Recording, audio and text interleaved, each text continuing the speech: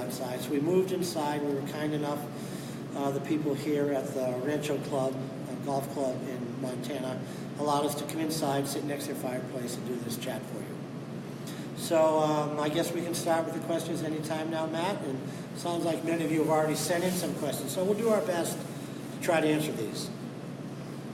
Okay, we got a mix of questions from a great-horned owl camera, on the Osprey camera, and the long-eared owl camera. So the first one, there's been many visits to the Charlotte nest by owls. You think that they will try to use it instead of the Osprey? Talk about the Osprey cam. Okay, so we're talking about the Osprey cam of Charlotte and Charlie, I think is what you've named them, which is in my backyard. And so the question is, there's been a lot of great-horned owl activity there recently, and will the great-horns use that nest? Well, it sure looks like it right now. It's a pretty nice nest that the Osprey have, and the horned owls have been on and off for about a month or more real seriously. They occasionally visited, but lately we've been seeing copulation. We've been seeing them hooting back and forth to each other, posturing, and then getting inside the nest. So there's a chance that they might take that nest over here. Normally they lay eggs around mid-February or so here in western Montana.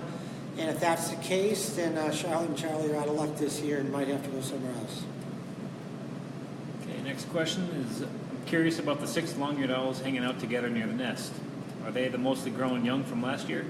Will they leave to make their own nests elsewhere? Who gets the nest? Okay, so the question was related to the communal roost site of the long-eared owls. There's 6 or so birds that are there right now. I think we had 13 at one of the viewings. And who are they, and are they going to stick around?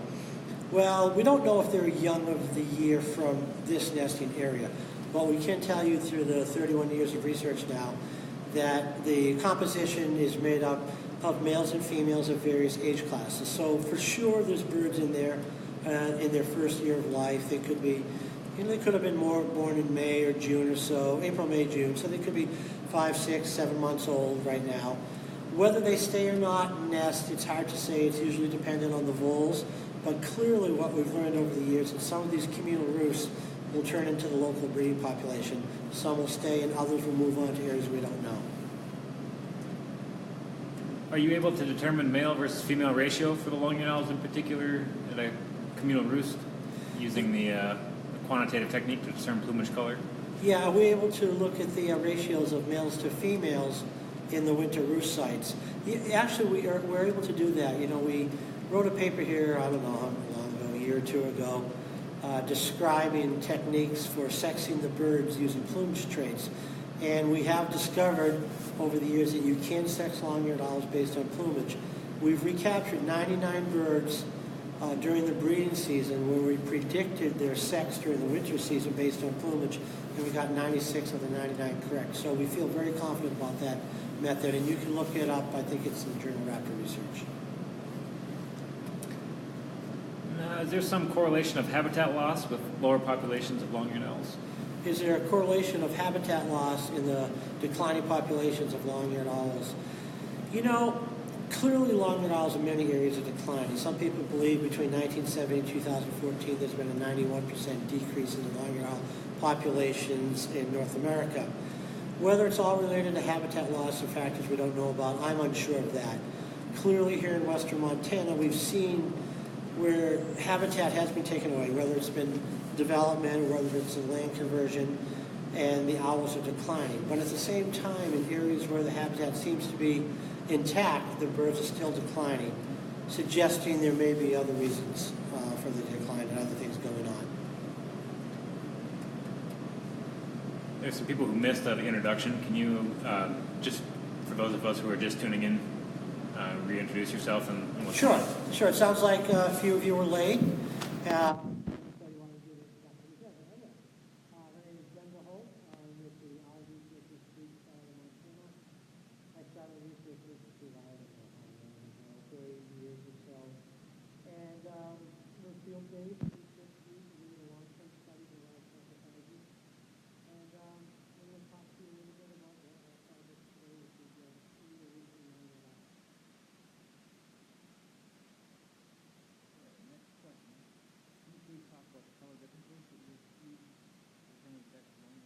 Yeah, sure. The color differences, and, I wanted to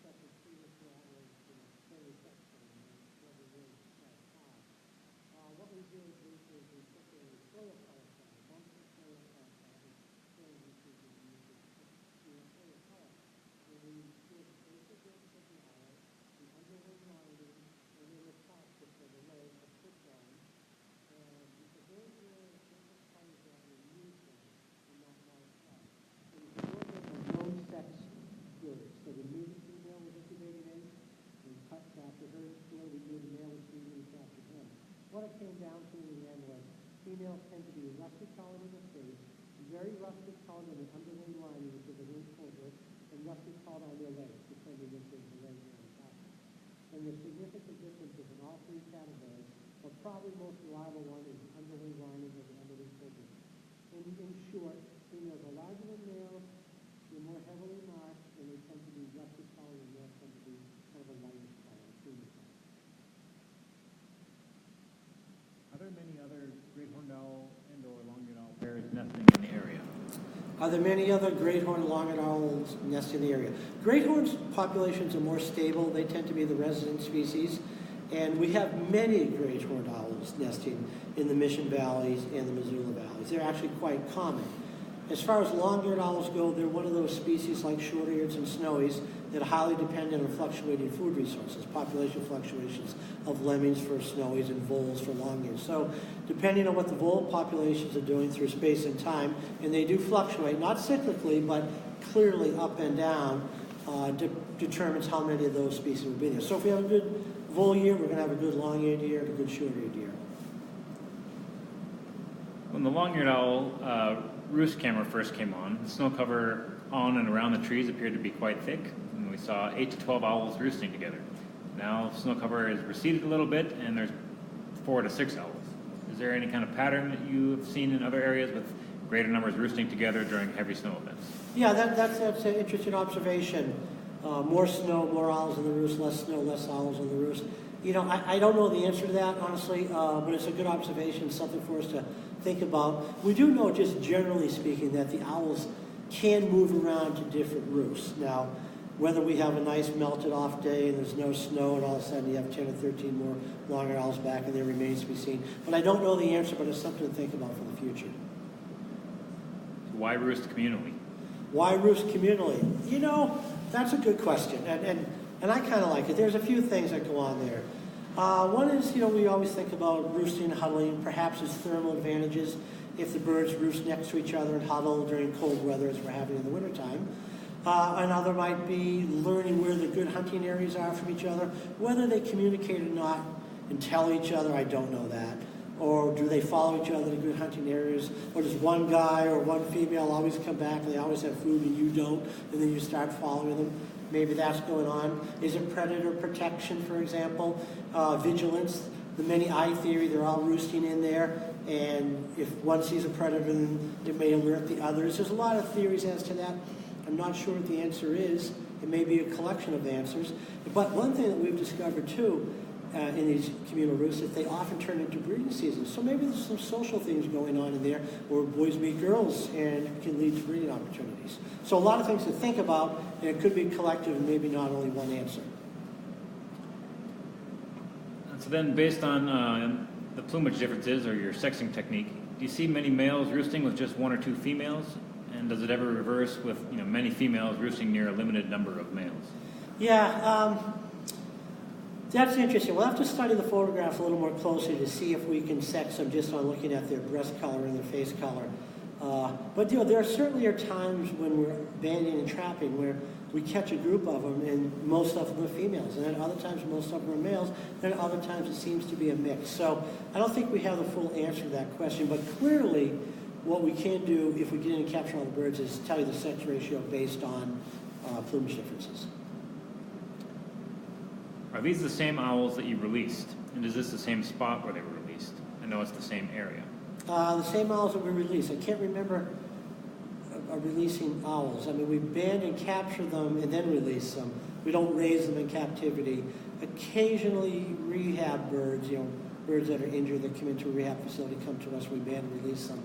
So as far as release goes, I'm just going to assume that these are some of the birds we might have captured. Yes, when the communal roosts form, very often they stay together for the course of the winter.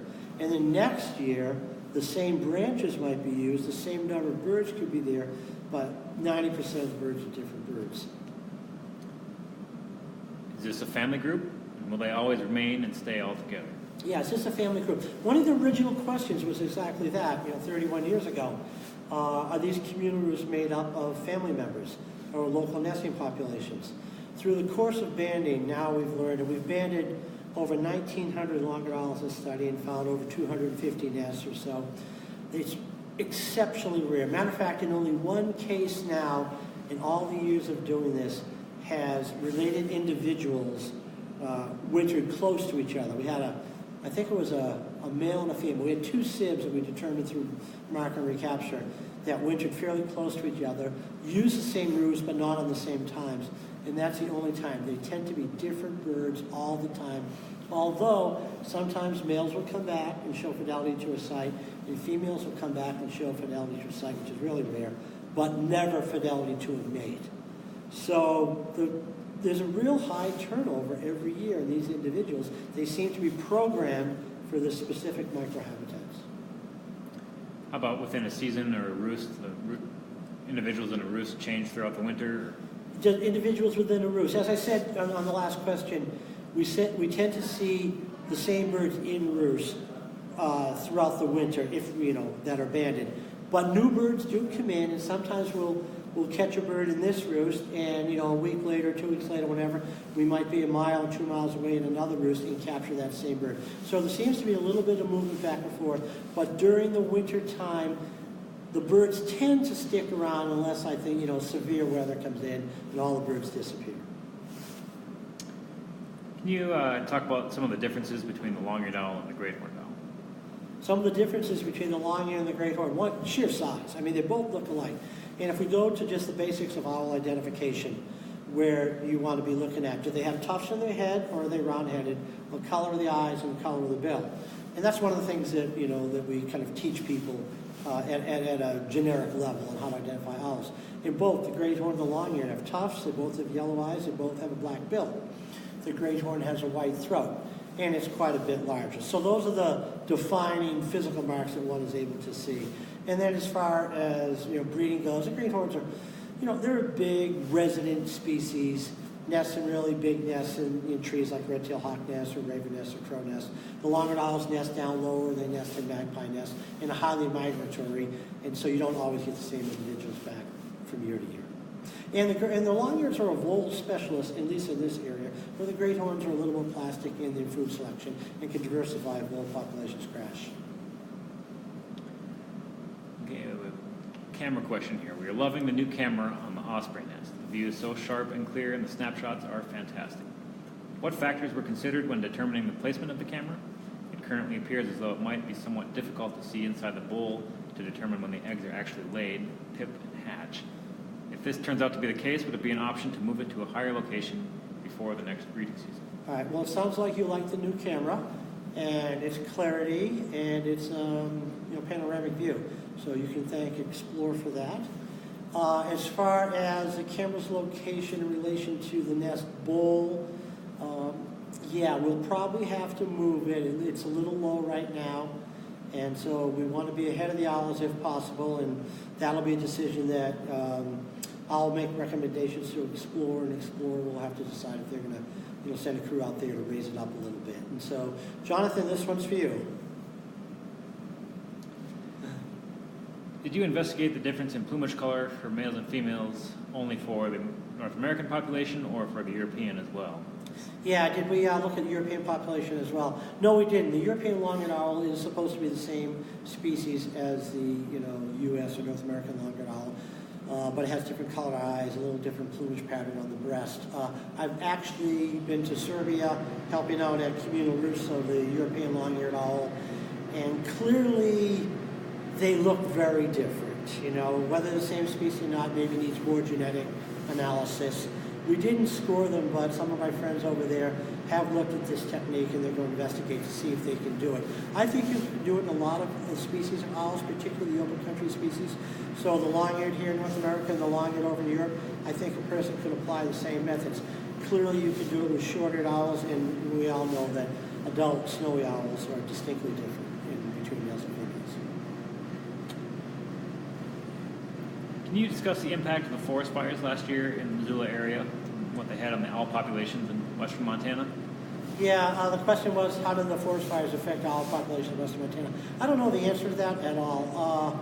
The only thing I could say is if the fires knocked down, the big snags that the cavity nesting owls need, such as saw-whets and pygmies and screech owls, boreal owls, if the fires burn through and knock down, and they tend to be pretty big snags with either pileated woodpecker holes, flicker holes, or sapsucker holes for those cavity nesting owls. If the fire destroys those, then it probably has effect, not necessarily on their population abundance, but perhaps on nest sites and nest sites that they can use. So they may have to go different places. So a follow-up question would be, are more owls fighting for smaller territories for nesting next year? And is there any upside, i.e. more snags for nesting, et cetera? Are more owls competing for a smaller number of snags? Was that kind of a question? Yeah, I don't know. I mean, it makes sense intuitively, but I don't know the answer to that. And what was the other part of that, Matt? Is there any upside? Is there any upside to the fires? If you're a hawk owl, it seems like the hawk owls move into areas after a big burn, and there's regeneration of the forbs and the bushes down below, perhaps, in theory, increasing small mammal populations. And hawk owls seem to be, at least in western Montana, and this is Matt's expertise, they seem to be tied into these birds. So it's an upside for them. And then the birds may just kill a bunch of trees that eventually woodpeckers will make holes in, creating more snags.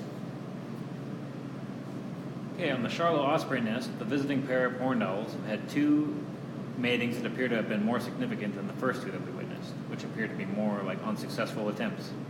During the last two, the female assumed a different forward-leaning posture. The birds were closer together and for a longer period of time, and one of them made a loud whistling tea kettle sound. Which bird is making that sound, and does this indicate successful copulation? Okay, well, I didn't see that event, but it sounded like you were watching bedroom activities there. It's really hard to say which is more meaningful copulations, but if you heard a scream, maybe it was a great one. I don't know. Whether that, will end up in a fertilized egg or not, I can't tell you. We're still a month away, but perhaps that's just all part of, sealing the relationship and things of that sort. Different species here. Can you give some pointers in locating and identifying short-eared owls? Pointers are located identifying short-eared owls. I'll base that on, 36 years of working on short-eared owls one way or another. First of all, you want to look for knee-high grasses. If you're in areas where you have knee-high grasses, it's a good place that you may find breeding short-eared owls. According to one of the methodologies that we figured out here, and Matt's got a really good paper on it, Matt was asking me the questions, you have about an hour window between when the sun starts going down in darkness to see courtship activities and get an idea when the short owls might occur. If there's a species that flies like a big moth or a big butterfly with those big exaggerated wing beats, it's a short-eared owl. So they're pretty easy to identify out over the open grasslands. And they're big rounded wings and a big, kind of like exaggerated wing beat floats around like a moth. That would be the short-eared owl. But you got to be in the right habitat for them and during the breeding season. Another thing to look for is short-eared owls, like many other grassland species, will do what we call courtship flights or sky dancing. Well, males will sky dance for their females. And so if you know where to look, you can see these courtship activities go on in the springtime where males will fly up high, hoot, dive, clap their wings together, go up, hoot, dive, clap their wings together. If they're good males, and then they've got, they provide females with voles, and the mating opportunities there. So, just get out and about and look around. What are the chances lower numbers of long-eared owls in that area are due to owls moving just to different areas? What conditions might prompt that type of habitat migration? Yeah, and the question was, just because we're seeing declines in long-eared owls in this area, does that mean the population is declining? Does that mean they could be moving somewhere else? And that's a question we often forget, is that habitat changes naturally. And perhaps the thickets that we work in long-eared owls have changed.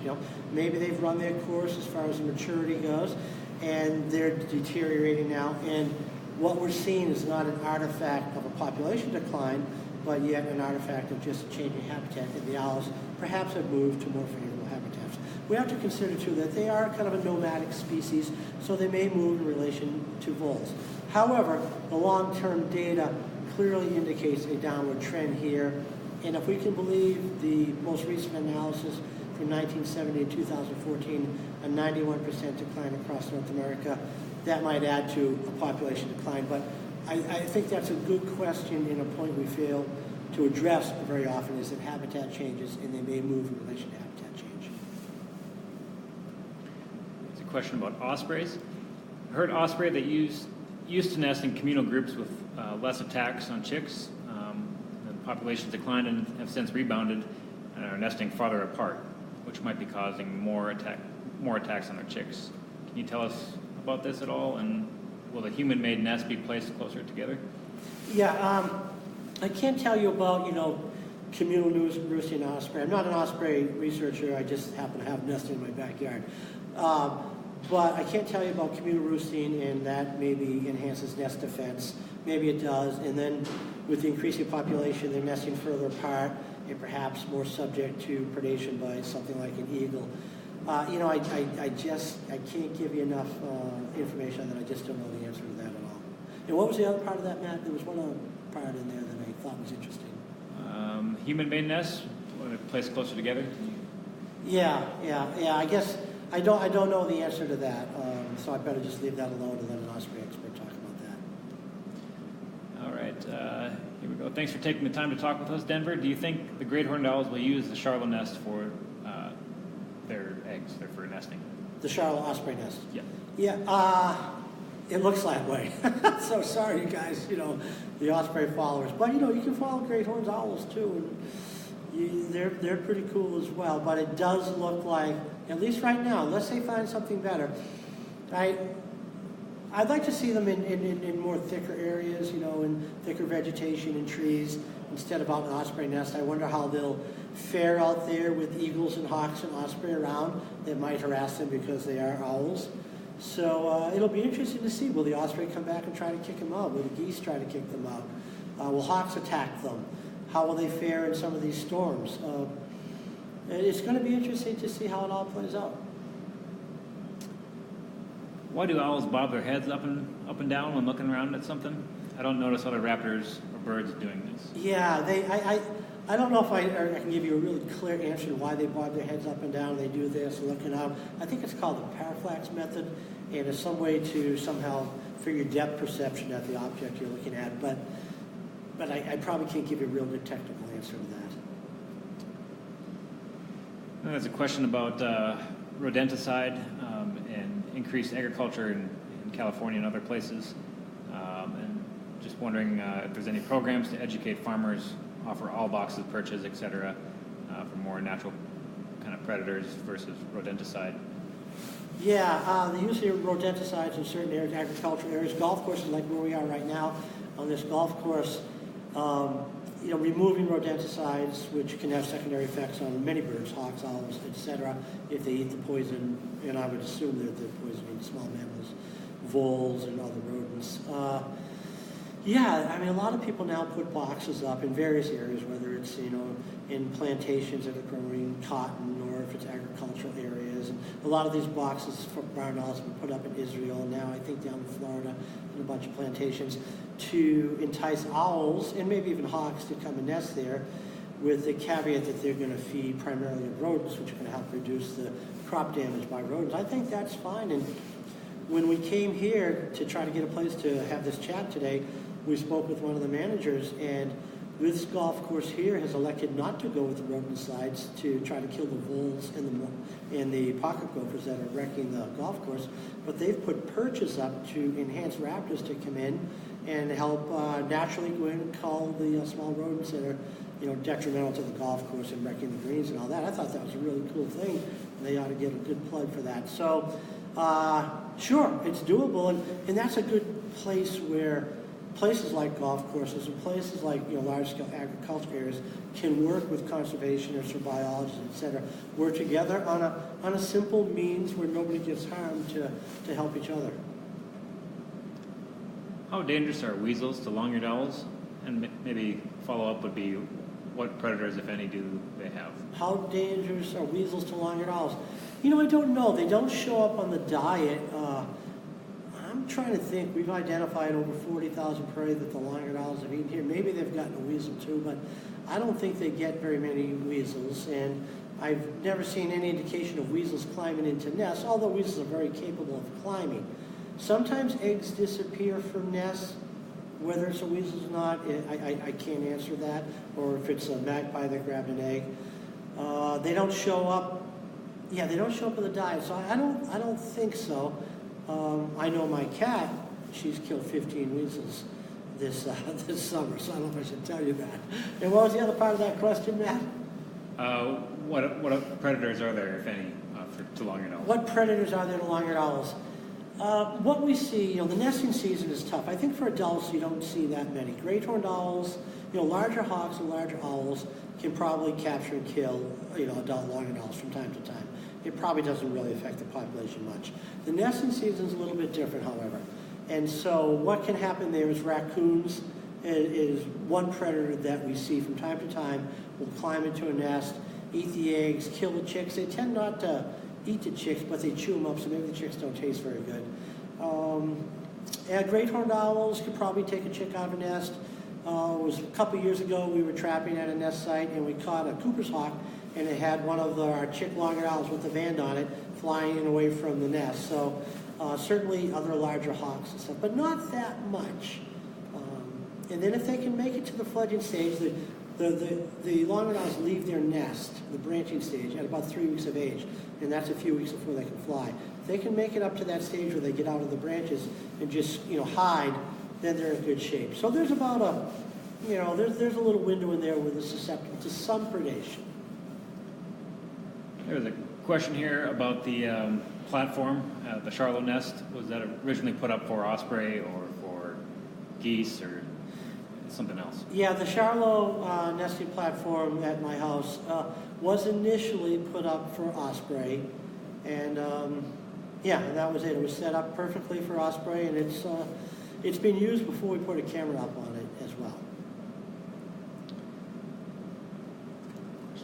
So you've been studying long-eared owls for a long time. You've lots of specific research questions, plumage coloration, things like that. What's your overall take-home message after 31 years? After 31 years of studying long-eared owls? Oh, gosh. Sometimes I wonder if... I do believe in long-term studies. I think that we really need long-term studies to monitor wildlife population trends. So that's really important. I think to get to a point is 31 years.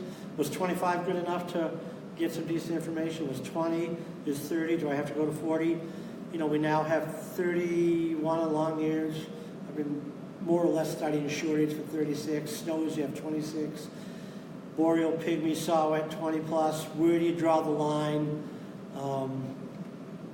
I think you have to have a good 20 years for all these species to get some decent information and then to learn a lot. I'm still going along as I keep telling myself, we're moving into great gray owls now and screech owls, and hopefully we're going to embark on 15 to 20 years of each of those species and then start writing some of the other stuff up. So I just can't pull myself away from it, but perhaps it's time. But will the story be incomplete? Are the long-ears eventually just going to die out here? And if I don't follow it all the way, will I kick myself in the butt? I don't know. But as long as I can go, I don't have a job where you want to retire. I mean, it's too good of a job. So I'll just keep going, and we'll just keep adding the others in. And I have great people working with me. Matt's our lead researcher now, and he has his own projects. Liberty's bringing in all the money so we can continue these projects. We have a series of volunteers and interns and occasional grad students. So I think the bottom line is we'll just keep going. And another question just came in here. Do you hear owls hooting this time of year? Does it mean they are nesting? If we hear owls hooting this time of year, does it mean they're nesting? Generally, what we've learned over the years is that the hooting and tooting and whistling increases at the onset of the breeding season. For example, the great-horned owls we can hear throughout the year, but come about Christmas time and moving into January, the activity picks up, the hooting seems to get loud, the broadcasting more frequent, a lot of talking going back and forth, and that seems to be the case with all the species. As the onset of the breeding season comes, whether you're a hooter or a tooter or a whistler, then it increases. And then once the nesting season happens, once you lay eggs, then it decreases. There's contact calls that go on, but most of the species decrease their hooting activity or their vocalizations because there's other things to do now, such as the males need to hunt. Only the females incubate, only the females brood, and the males provide food. So they have a lot to do. Even though there's still contact calls going on, the vocalizations go down drastically. That's why it's so important when you're doing owl surveys to get out there before this all starts. You want to be out there before the hooting and tooting gets going, and then you can monitor it as it gets going, and then when it tails off, that'll give you a better idea of how many owls are out there and where they may be nesting.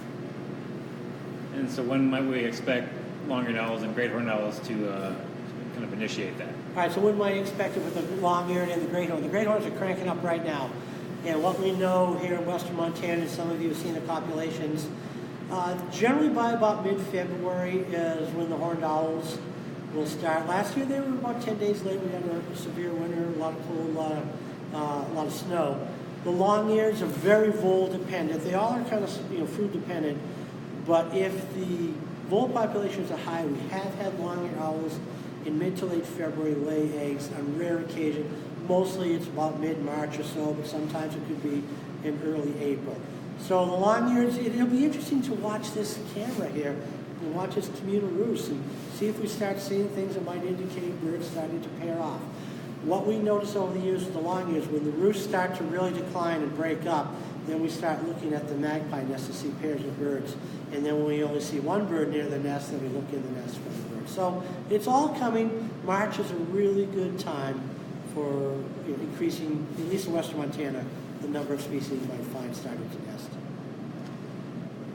Question from Lula here. What's your favorite owl, and what can kids do to help owls? Okay, Matt's daughter Lula has asked me a question, and I have to respond. Hi, Lula.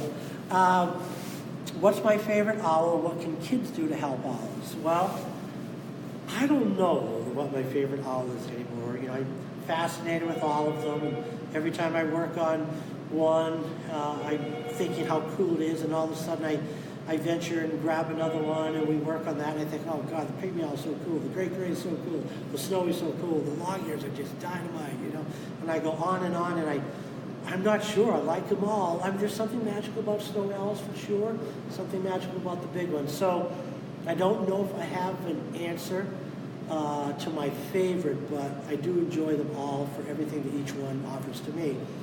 What can kids do to help owls?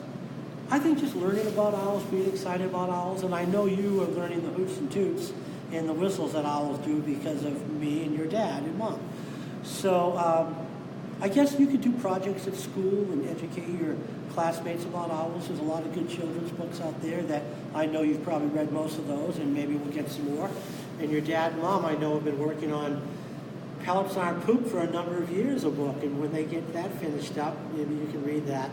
But just pass it on to your kids and let them come out in the field. I think your first day in the field was when you were 4 months old, and I appreciated that. And last question, unless we have more come in, what do you think will happen when the osprey get there and horned owls have taken over the nest? Potentially the last question, what do I think is going to happen when the osprey get there and the horned owls? I'm not sure. Will the ospreys get up on that perch and attack the horned owls and try to drive them off? Or will they go across to my neighbors and there's an empty osprey nest there and just start over?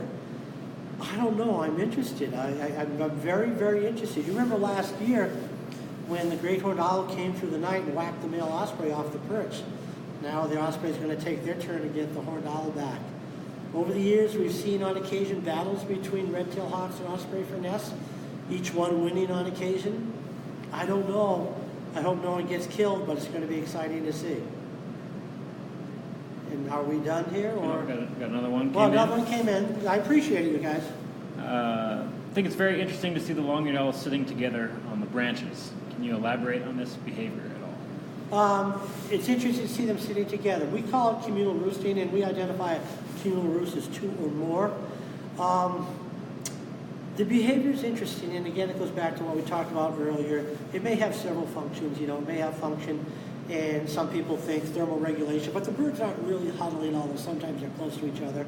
But it could be thermal regulation, or maybe it's not. It could be vigilance, many eye theory, as I said earlier, where everybody's in a roost, so if a potential threat comes in, one person can alert the other, or one owl can alert the other. It could be some kind of communication going on where the best hunting areas are, and whether they steal information or transfer information or give up information or copy.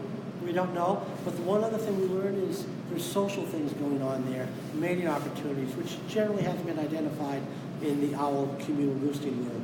And there's only a few species of owls in North America that do this in the world, in fact. But the long-eared owl, the short-eared owl are the two that are well known for non-breeding season or winter communal roosts. Snowy owl seems to do it a little bit, particularly young birds, and a little more information on the barn owls. That's my best answer to that.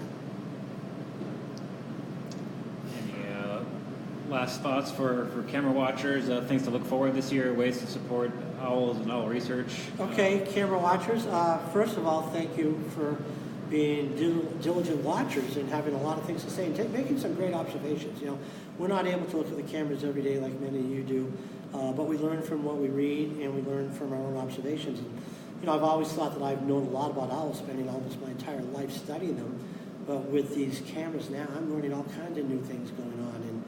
And hopefully we'll be able to tease that apart and get some students to break down some of the footage and see what we can learn. I'm excited to study the great grays.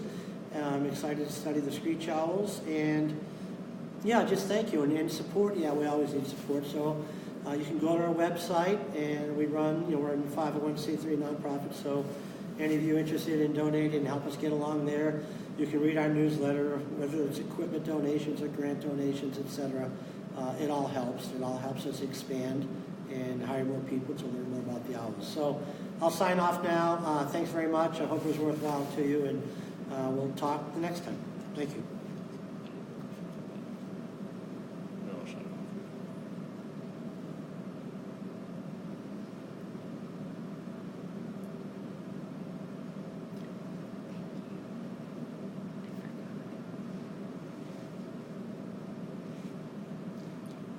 It's still going, but they'll just shut it off.